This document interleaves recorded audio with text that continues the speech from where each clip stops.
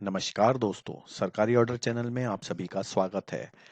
काफ़ी समय से जो डीडीए की स्कीम आनी थी, उसके लिए लोगों के मन में बहुत सी शंकाएँ चल रही थी। लोग जानना चाह रहे थे क्या प्राइस है, कितने फ्लैट हैं, कहाँ-कहाँ फ्लैट हैं।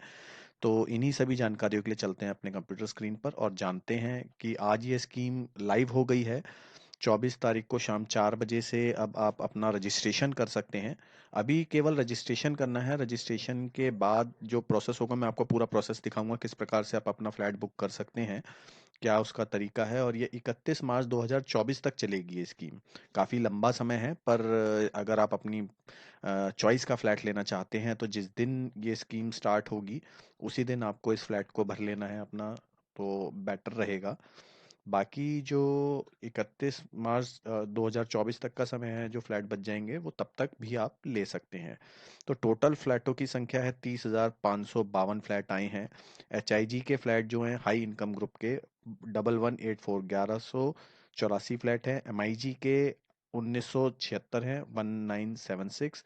एलआईजी के हैं 19,996, काफ़ी ज़्यादा हैं ये। 19,000 फ्लैट एलआईजी के हैं और ईडब्ल्यूएस कैटेगरी में 7,436 फ्लैट हैं, तो ये भी बहुत सारे ईडब्ल्यूएस कैटेगरी के हैं। अब जान लेते हैं सर कि इसको करना किस प्रकार से है। तो मैं आपको बता दूं, आप इसकी डीडीए की साइट पे जाके आप इसका रजिस्ट्रेशन कर सकते हैं। जो वेबसाइट दी गई है वो है ई सर्विसेज। ये डीडीए की वेबसाइट है, इसको बड़े ध्यान से आप देख लीजिए क्योंकि डीडीए की जो साइट है बहुत सारी फेक साइट्स चल रही हैं। तो एक बार आप ध्यान से देख लीजिए http://e-service.dda.org.in। इसी साइट पे जाके आप अपना रजिस्ट्रेशन करें, किसी और साइट पे ना करें। मैं एक बार दोबारा से दोहरा देता हूँ, http://e-services.dda.org.in। जो डीडीए की मेन साइट है वहां से भी आपको ये लिंक मिल जाएगा, www.dda.gov.in से भी अगर आप जाके क्लिक करेंगे तो वो आपको रूट करके इसी साइट पे लेके आएगी जो e-services.dda.org.in है। इसके बाद आपको अपना एक रजिस्ट्रेशन करना होगा। रजिस्ट्रेशन के लिए आपको आपका फोटोग्राफ, आपका आधार कार्ड, आपका पैन नंबर, आपकी एक ईमेल आईडी, ये चीज़ें आपको आवश्यकता पड़ेगी। ये सारी चीज़ें आप रख के बैठिए और उसके बाद आप इस वेबसाइट पे जाइए। वहाँ जाके आप अपना रजिस्ट्रेशन करेंगे, जो जो चीज़ें आपसे मांगता जाएगा उसे आप अपलोड कर दीजिए। जो लोग ईडब्ल्यूएस कैटेगरी के लिए अप्लाई कर रहे हैं उन्हें घबराने की जरूरत नहीं है। यहाँ पे आपको कोई ईडब्ल्यूएस सर्टिफिकेट रजिस्ट्रेशन के लिए नहीं देना है। आप जब अप्लाई कर लेंगे उसके बाद आपको ईडब्ल्यूएस सर्टिफिकेट की आवश्यकता पड़ेगी। जो जनरल हैं उनको तो सिर्फ आधार पैन की ही आवश्यकता है मेनली। और यहाँ पे आपको जब आप रजिस्ट्रेशन करेंगे तो आपको एक अमाउंट पे करना होगा जो कि 2,500 रुपये प्लस जीएसटी है, वो आपको पे करना पड़ेगा। और किस प्रकार से करना होगा मैं पोर्टल भी आपको अभी दिखा दूंगा आगे, इसलिए वीडियो पे अंत तक बने रहें, मैं पूरा आपको पूरी जानकारी दूंगा। साइट इंस्पेक्शन में आपको यहाँ बता दूं, वेब जो साइट इंस्पेक्शन है वो चालू हो गया है। जो ये ब्रोशर है, इस ब्रोशर के अंदर भी आपको प्रॉपर डायमेंशंस और फ्लैट का लेआउट पूरा दिया हुआ है। आप मेरे जो डिस्क्रिप्शन बॉक्स है उसमें एक लिंक दे रहा हूँ, आप वहाँ से जाके इसे डाउनलोड करके भी देख सकते हैं। आपको रजिस्ट्रेशन करे बगैर ही ये पूरी जानकारी यहाँ से मिल जाएगी। आप वहाँ से भी इसको डाउनलोड करके देख सकते हैं। इसमें जो बेसिक एलिजिबिलिटी क्राइटेरिया है वो ये है कि आप सिटीजन होने चाहिए इंडिया के, 18 साल से ऊपर के होने चाहिए। और अगर आप ईडब्ल्यूएस कैटेगरी में अप्लाई कर रहे हैं तो उसकी लिमिट 10 लाख रुपए, आपकी पूरी फैमिली की इनकम जो मिला के 10 लाख रुपए से ज़्यादा नहीं होनी चाहिए। अगर आपके परिवार में 4 सदस्य हैं तो चारों की इनकम 10 लाख से ज़्यादा नहीं होनी चाहिए। अगर आप न्यूक्लियर फैमिली हैं, एक हस्बैंड और वाइफ, तो उनका जो सालाना इनकम होनी चाहिए वो ऑल सोर्सेज से, ये नहीं कि खाली सैलरी, आपको बैंक से इंटरेस्ट आ रहा है, कुछ भी आ रहा है, सब कुछ मिला के एक फाइनेंशियल ईयर में 10 लाख से ज़्यादा का आपकी इनकम नहीं होनी चाहिए। और आपको उसका एक सर्टिफिकेट लेना होता है इकोनॉमिक और वीकर सेक्शन का। उसमें वो इनकम सर्टिफिकेट देते हैं कि आपकी जो सालाना आय आपके पूरे परिवार की है वो 10 लाख रुपए से अधिक नहीं है। वो आपको लेना अनिवार्य है। उसके बाद मैं आपको यहाँ बता दूं कि अब हर कैटेगरी के लिए जब आप फ्लैट बुक करने जाएंगे, अभी आप रजिस्ट्रेशन कराएंगे तो केवल 2,500 रुपये देने हैं। पर जब ये खुलेगा, जब खुलेगा, मैं आपको अभी उसकी डेट वगैरह भी आगे बताऊंगा, तो आपको 15 मिनट का अवधि मिलेगी कि आपको जो आपका मन पसंदीदा फ्लैट है आप जाके देख ही आइए। देख के आने के बाद जब जिस डेट पे वो खुलेगा उस डेट पे आपको जाके क्लिक करके अपना फ्लैट बुक करना है। तो बुक करते टाइम आपको अगर आप ईडब्ल्यूएस कैटेगरी के लिए अप्लाई कर रहे हैं तो 50,000, एलआईजी के लिए कर रहे हैं तो 1 लाख, एमआईजी के लिए 4 लाख और एचआईजी के लिए 10 लाख रुपए इमीडिएट डिपॉजिट देना होगा, जो कि आप जैसे ही आप अपना फ्लैट क्लिक करेंगे उसके 15 मिनट के अंदर अंदर आपको जमा कराना होगा वो पैसा। आप जैसे ही वो पैसा जमा करा देते हैं वो आपका ब्लॉक हो जाएगा वो फ्लैट, और आपको एक अलॉटमेंट लेटर मिल जाएगा। उसके बाद आप जाके उस पर लोन भी ले सकते हैं, या आपको 1 महीने की अवधि दी जाएगी कि आप उसका पैसा जमा करा दें। तो ये तो हो गया मेन मेन बातें कि हमें क्या क्या करना है, किस प्रकार से करना है। जो बेसिक सारी टर्म्स एंड कंडीशन इस ब्रोशर के अंदर दी हुई हैं। वैसे तो आपको ये रजिस्ट्रेशन के बाद मिलेगा, परंतु अगर आप चाहें तो मेरे डिस्क्रिप्शन बॉक्स से जाके डाउनलोड भी कर सकते हैं इसको, और आप पढ़ सकते हैं, पूरी जानकारी ले सकते हैं, साइट इंस्पेक्ट कर सकते हैं। अगर आपको लगता है कि आपको इतना लोन मिल सकता है या आपके पास इतने पैसे की है और आपको ये फ्लैट पसंद आ रहे हैं, तभी आप जाके रजिस्ट्रेशन करें। अब जब आप रजिस्ट्रेशन कर लेते हैं, इसमें एक चीज़ और है कि फ्लैट की कीमत के अंदर एक 75,000 रुपये ईडब्ल्यूएस कैटेगरी के, एलआईजी के लिए 1 लाख, एमआईजी के लिए 1.5 लाख, एचआईजी के लिए 2.5 लाख रुपए रखे गए हैं। जो आपका कॉर्पस बनेगा, जो आरडब्ल्यूए का फंड बनेगा, वहाँ पे उस जैसे वहाँ पे लिफ्ट है और उसकी मेंटेनेंस है, गार्ड्स की फैसिलिटी है, तो उन सब के लिए कॉर्पस इकट्ठा करके गवर्नमेंट पहले से ही रख रही है, और उसके बाद अलग अलग मेंटेनेंस चार्ज भी लेगी अगले साल के लिए, 1 साल के लिए। तो ये वाला जो अमाउंट है ये तो ऑलरेडी आपके फ्लैट के रेट में इंक्लूड है। बट अगर 1 साल के अंदर आरडब्ल्यू बन जाती है तो ठीक है, नहीं तो एक आपको ईडब्ल्यूएस के लिए 1.5 रुपये पर स्क्वायर फीट, एलआईजी के लिए 1 रुपये 75 पैसे स्क्वायर फीट 1.75, एमआईजी के लिए 2 रुपये स्क्वायर फीट और एचआईजी के लिए 2.5 रुपये स्क्वायर फीट प्लस जीएसटी का आपको वहाँ पे पैसा देना पड़ेगा, जो मंथली चार्जेस होता है मेंटेनेंस चार्जेस के रेट में। तो ये तो हो गई प्रक्रिया। अब जान लेते हैं कहाँ पे कितने फ्लैट हैं। तो हाँ, फ्लैट से पहले हम ये देख लेते हैं, ये आपके कंप्यूटर स्क्रीन पे जो इस टाइम नंबर्स आ रहे हैं ये वहाँ के जेईई के नंबर्स हैं। आप जाके साइट इंस्पेक्ट कर सकते हैं। नरेला में जो एचआईजी फ्लैट्स हैं उसमें जो सैंपल फ्लैट है 208 नंबर है, ब्लॉक जी में, पॉकेट 4 में। इसी प्रकार से पूरी डिटेल दी हुई है, जैसे द्वारका सेक्टर 14 में एलआईजी के लिए B308 फ्लैट है, ईडब्ल्यूएस के लिए G101 है। ये सैंपल फ्लैट रेडी हैं, आप जाके उसे देख सकते हैं, उसकी साइज, डायमेंशंस और एरिया, लोकेशन सब कुछ आप पहले देख लें। उसके बाद ही आप अपना मेरे हिसाब से रजिस्ट्रेशन अमाउंट भरें, क्योंकि आप रजिस्ट्रेशन भर देंगे और आपको बाद में अगर कोई भी इनमें से चीज़ पूरी नहीं कर पाते हैं तो आपके लिए तकलीफ हो सकती है।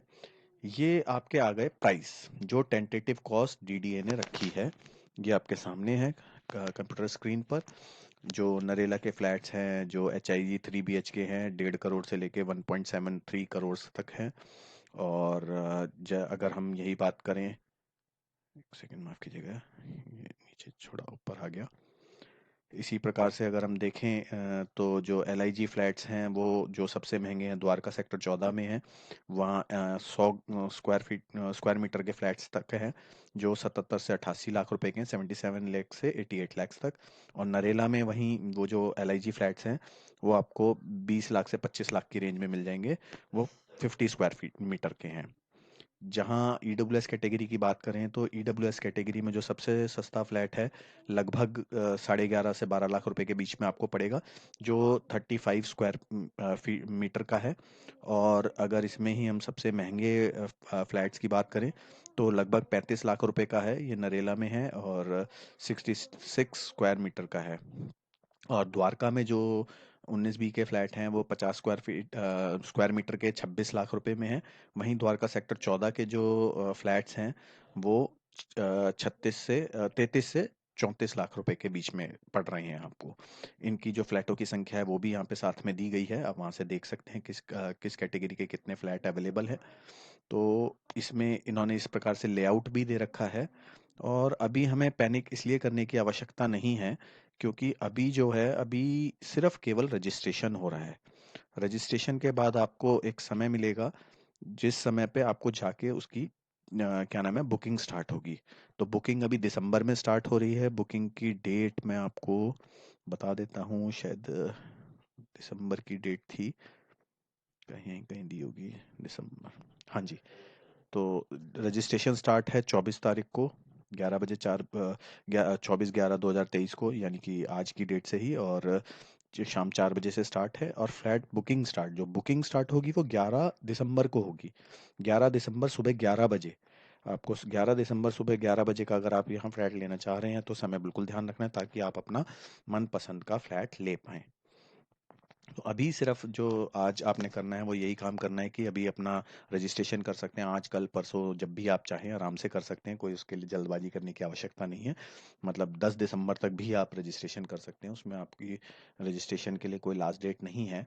जब तक ये स्कीम चलेगी तब तक आप रजिस्टर कर सकते हैं, पर 10 दिसंबर से पहले अवश्य कर लें, क्योंकि 11 को जब ये स्कीम खुलेगी तो आप उसमें समय से अप्लाई कर पाएँ। और बाकी अगर आपके कोई प्रश्न है तो नीचे कमेंट बॉक्स में मुझसे पूछ सकते हैं। जो डीडीए ने स्कीम निकाली है उसके लिए रजिस्ट्रेशन के लिए आपको ई सर्विसेज पे जाना है। ई e-services.dda.org.in ये वेबसाइट है, ध्यान रखिएगा इसी वेबसाइट पे आप जाएं। ये कुछ इस प्रकार से दिखती है, और इस पे आप जब यहाँ आएंगे तो आपको बहुत सारे इसके वो दिखाई देंगे कि क्या क्या इसके अंदर आपके पास अवेलेबल है।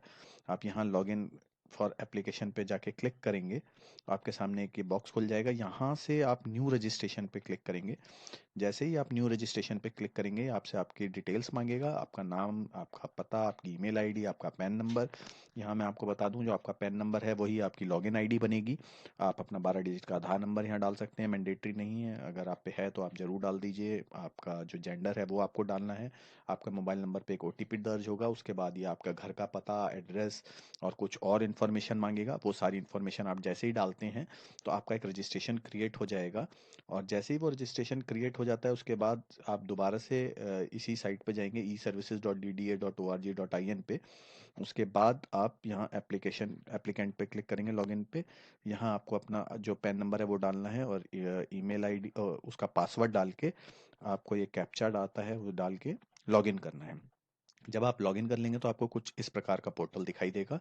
इस पोर्टल के अंदर स्कीम में स्कीम दी हुई है, और ये सारी ऑप्शंस अभी आपकी बाद में काम आएंगी। यहाँ first come first serve basis पे जो ये पीडीएफ फाइल है मैंने ऑलरेडी डाउनलोड आपको लिंक में दे रखी है, आप वहाँ से डाउनलोड करके देख सकते हैं। तो इसको आप क्लिक करेंगे, और अभी आपको सिर्फ केवल रजिस्ट्रेशन करना है। रजिस्ट्रेशन के बाद जो डेट है, जिस डेट पे आपको इसकी बुकिंग करने आना है वो है 11 दिसंबर 2023, सुबह 11 बजे खुलेगा। तो जब वो खुलेगा तो यहाँ पे एक ऑप्शन आ जाएगी अप्लाई की। जैसे ही आप अप्लाई पे क्लिक करेंगे, अभी मैं आपको दिखा नहीं पा रहा हूँ, यहीं पे बिल्कुल इस जगह पे अप्लाई की ऑप्शन आएगी। अप्लाई की ऑप्शन करते ही आपको वो पूछेगा आपको कहाँ अप्लाई करना है, आपको एरिया सेलेक्ट करना है। आप नरेला में लेना चाहते हैं नरेला, द्वारका में लेना चाहते हैं द्वारका, जहाँ पे भी लोकेशन पे कौन सी बिल्डिंग लेना चाहते हैं, कौन सा फ्लैट लेना चाहते हैं, उसको आप चूज करके क्लिक करेंगे तो आपके सामने पूरी एक फ्लैटों की एक लिस्ट सामने खुल जाएगी। उस फ्लैट पे आपको पर्टिकुलर पे क्लिक करना होगा। तो एक आपको पॉपअप आएगा कि आपको इतने पैसे जमा कराने हैं, जिस कैटेगरी में आप अप्लाई कर रहे हैं, ईडब्ल्यूएस में कर रहे हैं, एलआईजी में कर रहे हैं, तो उसका एक अमाउंट आपको शो होगा उस फ्लैट का। आपको उस पर जैसे ही जाके आप क्लिक करेंगे पेमेंट के लिए, तो 15 मिनट के लिए वो फ्लैट बुक रुक जाएगा, और आपको समय मिलेगा 15 मिनट का कि आप उसके पैसे को जमा करा दें।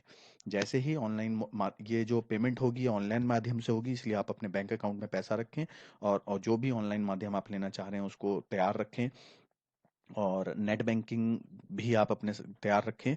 और अगर नेट बैंकिंग ना चल रही हो किसी कारणवश तो मैं कहूँगा यूपीआई पेमेंट के लिए भी आप तैयारी रखें कि आप यूपीआई से कर पाएँ। कोई भी एक पेमेंट गेटवे आप ध्यान से रखिए, क्योंकि कई बार क्या होता है कि पेमेंट गेटवे भी ठीक से नहीं चल रहा होता किसी बैंक का। तो इसलिए मैं आपसे कहूँगा कि पेमेंट के एक या दो ऑप्शन आप तैयार रखें, जो आपका अमाउंट है वो बैंक में रखें सफिशिएंट अमाउंट, तभी आप इस पेमेंट को कर पाएंगे। और अगर आपके कोई सवाल हैं तो मुझसे आप नीचे कमेंट बॉक्स में पूछ सकते हैं, मैं उसका अवश्य आपको जवाब दूंगा। धन्यवाद।